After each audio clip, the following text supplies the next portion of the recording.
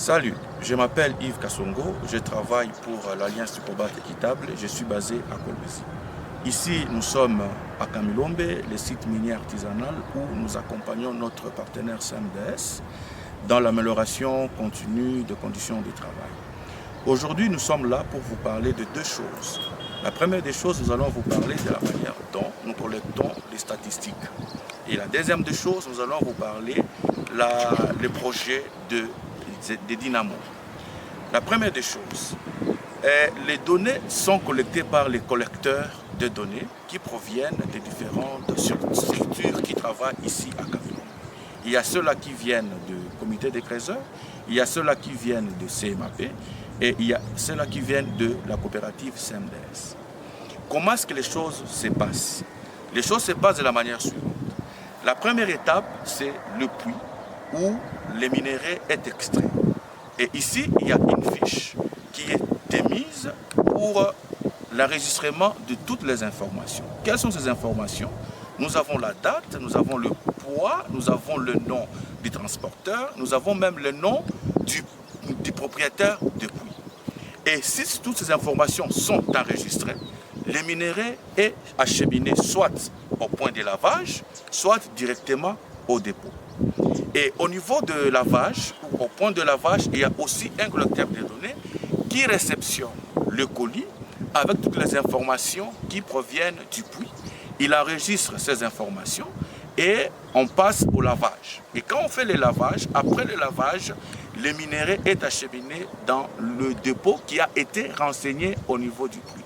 Et dès que le minerai arrive au niveau du dépôt, on prend toutes les informations et c'est là qu'on enregistre le poids net qui vient de la balance. Ça, c'est la première des choses dont on voulait vous parler.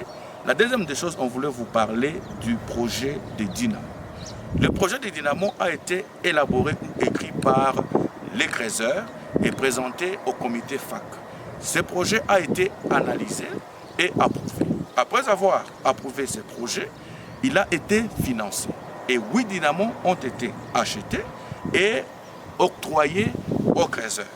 Comme à Kamilombe, nous avons 4 secteurs, les dynamos sont installés dans les différents secteurs afin d'alimenter le puits en oxygène. C'est-à-dire, les dynamos sont installés et ces derniers actionnent les souffleurs pour apporter l'oxygène dans les tunnels. Nous signalons que ces dynamos alimentent 81 puits. Ces 81 puits-là bénéficient de l'énergie qui provient de ces dynamos. Avant l'octroi ou avant la dotation de ces dynamos, les créateurs entraient dans le puits au nombre de 40.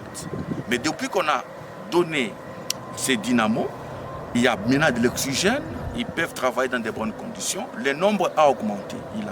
Il a passé de 40 à 70. Et donc, ça, c'est un succès pour nous parce que les artisanaux aujourd'hui travaillent dans de bonnes conditions. Ça, c'est sur le plan de travail. Maintenant, allons sur l'impact économique.